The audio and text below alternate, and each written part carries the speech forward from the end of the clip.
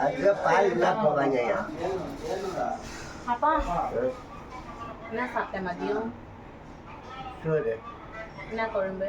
முழுங்கு முள்ளங்கி. பாப்பா வீட்டில் சாப்பிட்டு இங்கே சாப்பிட்டேன் நம்ம வீட்டில். அங்கே சாப்பிட்டு இங்கே சாப்பிட்டேன். ஆமாவா? எப்போ ஊருக்கு போகிறேன்? ஒரு நாட்டியம் பலனுங்க. ஆமாவா? சரி, எங்களை வளர்க்கறதுக்காக நீ எவ்வளோலாம் கஷ்டப்பட்டுருக்கப்பா? நான் என்ன சொல்லிக்கிறேன், மன கஷ்டப்பட்டு மூலம் வளர்த்து இது பண்ணேன். என்னென்ன கூட பண்ணுறேன் நான். மற்ற வேலை நான் தான் பார்த்து கஷ்டப்பட்டேன்.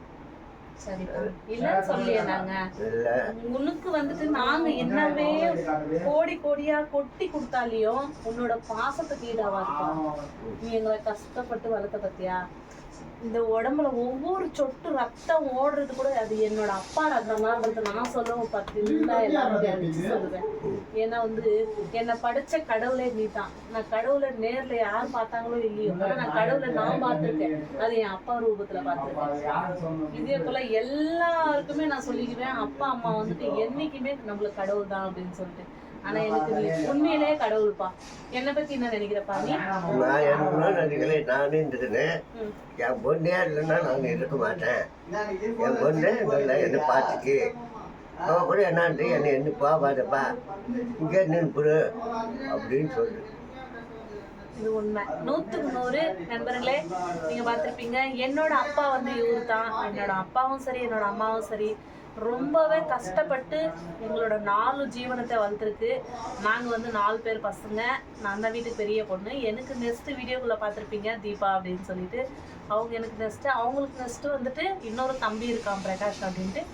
அவங்களுக்கும் நெக்ஸ்ட்டு இன்னொரு தங்கச்சி இருக்கு பூர்ணிமா அப்படின்னு சொல்லிட்டு.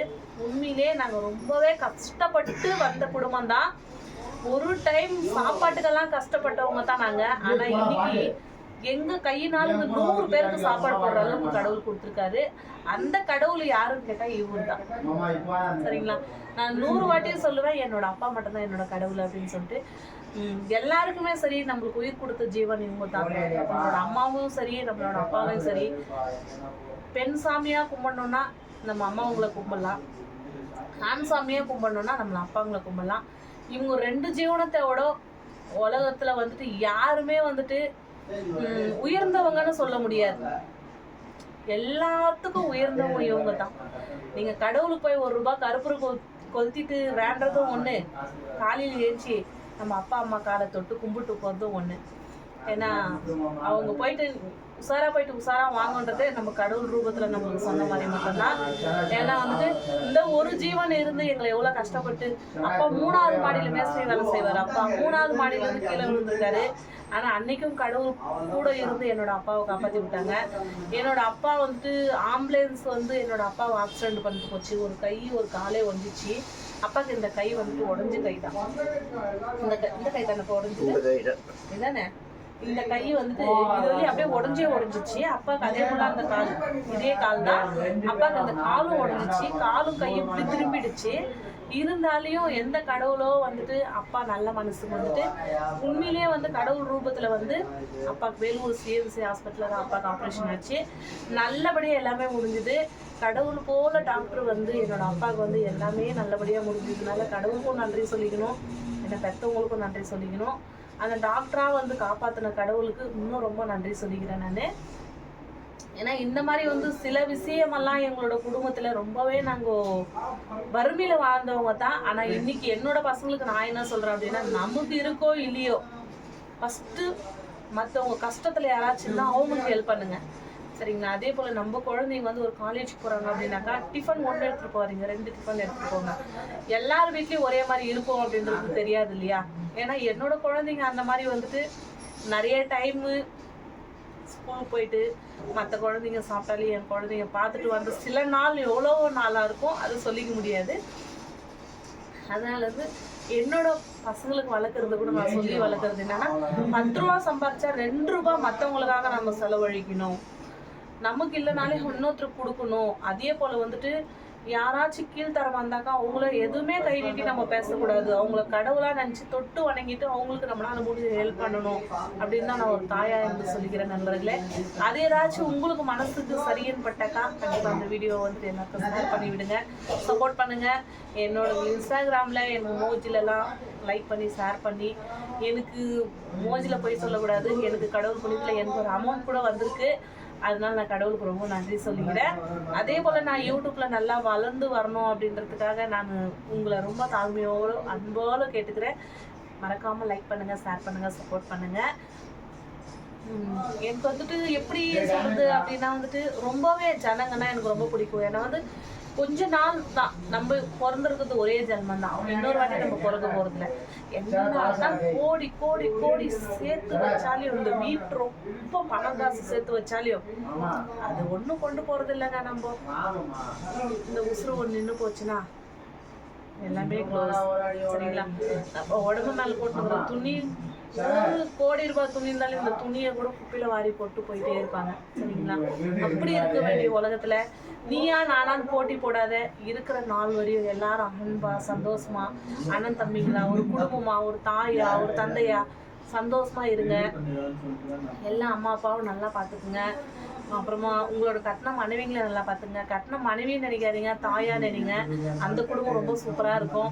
அதே போல் வந்துட்டு நம்ம தங்கச்சிங்களை கட்டி கொடுத்துட்டுமே இன்னும் அவங்க பார்த்துக்குவாங்க அப்படி கிடையாது. நம்ம உடம்புல ஓடுற ரத்தம் என்னைக்கு ஸ்டாப் ஆகுதோ அன்னைக்கு வரையுமே நம்ம கூட பிறந்தவங்க நம்ம ரத்தத்தில் ஓடிட்டே இருக்காங்க. சரிங்களா?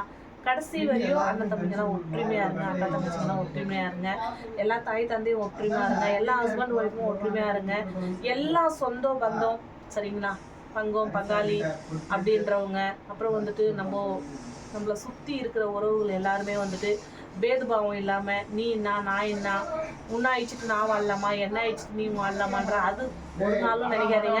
யாரை அழிச்சிட்டு யார் வாழ்ந்தாலும் சரிங்க, ஒரு நாளைக்கு எல்லாத்தையும் விட்டுட்டு தான் போகிறோம், எதுவுமே கொண்டு போகிறது கிடையாது. அதனால இருக்கிற நாள் வரையும் சந்தோஷமா இருங்க. எல்லாருமே யார் மனசு புண்படுத்தாதீங்க. ஏன்னா வந்துட்டு எனக்கு தெரிஞ்சதே தான் நான் சொல்றேன். இந்த வயசுல வந்துட்டு என்னோட ஏஜ்ல நான் எல்லாமே அனுபவிச்சு வந்திருக்கேன். சரிங்களா? கஷ்டம் சுகம், அப்புறம் வந்துட்டு மற்றவங்க பணம் இருந்தா என்ன பேசுறாங்க, நம்ம கிட்ட பணம் இல்லைன்னா என்ன பேசுறாங்க அப்படின்றது எல்லாமே நான் எல்லாமே பார்த்துட்டு தான் வந்திருக்கேன். உண்மையிலே என்னோட அப்பாவுக்கு வந்து வெளி உலகம்னா என்னன்னே தெரியாது. சரிங்களா?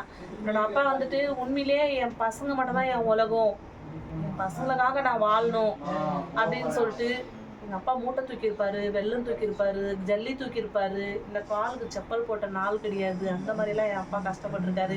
இன்னைக்கு நாங்கள் வளர்ந்து எங்களுக்கு ஒரு அறிவு வந்து எங்களுக்கு கடவுள் கொடுத்ததெல்லாம் கொடுத்த பேருக்கு என்னோட அப்பாவுக்கு வீட்டுக்கு போகிறதுக்கு ஒரு செப்பல் வாங்கி கொடுத்துருக்கோம், அப்புறமா வந்துட்டு வெளியில் போகிறதுக்காக ஒரு செப்பல் வாங்கி கொடுத்துருக்கோம். அந்த மாதிரி வந்து நாங்கள் உண்மையிலேயே வந்து நான் நினைக்கிறது வந்து மனசில் என்னென்னா, நம்மளோட அம்மா அப்பா வந்துட்டு அவங்களுக்கு செய்யறதை மட்டும் ஒரு பெருசாக எதுவுமே யோசிக்கக்கூடாது. நம்மளோட அம்மா அப்பாவுக்கு வந்துட்டு 1 கோடி ரூபாய் செலவு பண்ணோம்னா கூட அந்த 1 கோடி ரூபாய் கணக்கில் வைக்காதீங்க. சரிங்களா? அவங்க நம்மளுக்கு உயிர் கொடுத்த ஜீவன்.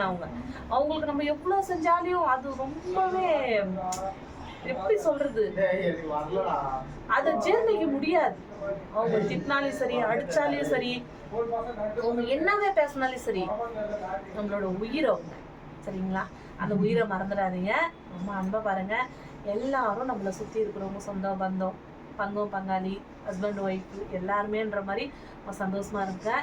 அதே போல் வந்துட்டு நான் சாரீ பிஸ்னஸ் பண்ணிட்டு இருக்கேன். கண்டிப்பாக எனக்கு சப்போர்ட் பண்ணுங்கள். இது எப்படி முன்னு கொண்டு போகிறது அப்படின்னு சொல்லிட்டு நம்ம ரொம்ப யோசிச்சுட்டு இருக்கேன். ஆனால் வந்துட்டு என்னோட கைராசியாக என்னன்னு எனக்கு தெரியல. நான் இப்போ ஒரு 100 சாரீ போகிறேன்னா அந்த 100 சாரீ மறாத நாள் ஒரு 2-3 நாள்லேயே காலி ஆகிடும். அது கடவுள் தான் என் பக்கத்தில் இருந்து அதெல்லாம் நடத்தி கொடுப்பாரு. அது பெரிய நம்பிக்கை இருக்குது. உங்களாலேயும் நான் முன்னேறுவேன்றது நம்பிக்கை இருக்குது. அப்போ கண்டிப்பாக என்னோட வியாபாரம் நல்லா நடக்குமா? நடக்கல நான் மீண்டும் இது செய்யலாம் இல்ல, இதை ஸ்டாப் பண்ணக்கூடாது.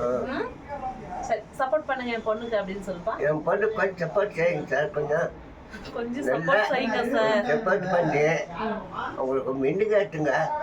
அவங்களும் நல்லா இருப்பாங்க. என் பேர்மாருங்களுக்கும் கொஞ்சம் பாருங்க. கீட்டு 3 பேருங்க நல்லா, அவங்களும் நல்லா கொஞ்சம் அவங்களுக்கு கை கொடுங்க. அவங்களும் எது போய் நான் இது அவங்களோட வேலை சேர்த்துட்டா அப்போ நல்லா இருக்கும் அப்படின்னு இதுன்னு சார். என்னோட அப்பா வந்துட்டு இதுதான் என்னோட சொன்னல, எங்கள் அப்பாவுக்கு வந்து வெளி உலகமே தெரியாதுன்றது ஒரு மனசுலேருந்து பேசும்போதே உங்களுக்கு தெரியும். இருந்தாலே கூட என்னோட அப்பா வந்துட்டு என் குழந்தை மாதிரி. நெக்ஸ்ட் ஒரு பிரவீன் இருந்தா, நான் வந்து அவரோட வயிற்றுல பிறந்த மகன் அப்படின்னா என்னோட வயிற்றுல ஒரு மகனா பிறக்கணுன்றது நான் கடவுளுக்கு ரொம்ப வேண்டிக்கிறேன். என்னோட அம்மாவும் அப்பாவும் வந்துட்டு என் வயிற்றுல பொண்ணாவோ புள்ளியாவோ பிறக்கணும். அவங்களுக்கு எங்களுக்கு எப்படி கஷ்டப்பட்டு அவங்க தாங்கி வளர்த்தாங்களோ அதே போல் அவங்க 2 பேரையும் என் கையினால தாங்கி என் மாரோட சாட்சி என்னோட ரத்தத்தினால கஷ்டப்பட்டு அவங்க 2 பேரையும் வளர்க்கணுன்றது என்னோட ஆசை. அதே போல் நீங்களும் செய்யுங்க, மிஸ் பண்ணாதீங்க. ஓகே, கவிதா ஏதாச்சும் சொல்லியிருந்தா தப்பா சொன்னா மன்னிச்சிடுங்க. கரெக்டாக இருந்தால் மட்டும் இந்த வீடியோ எல்லாருக்கும் ஷேர் பண்ணுங்கள், முடிஞ்ச அளவுக்கு சப்போர்ட் பண்ணுங்கள். ஓகே, பாய்.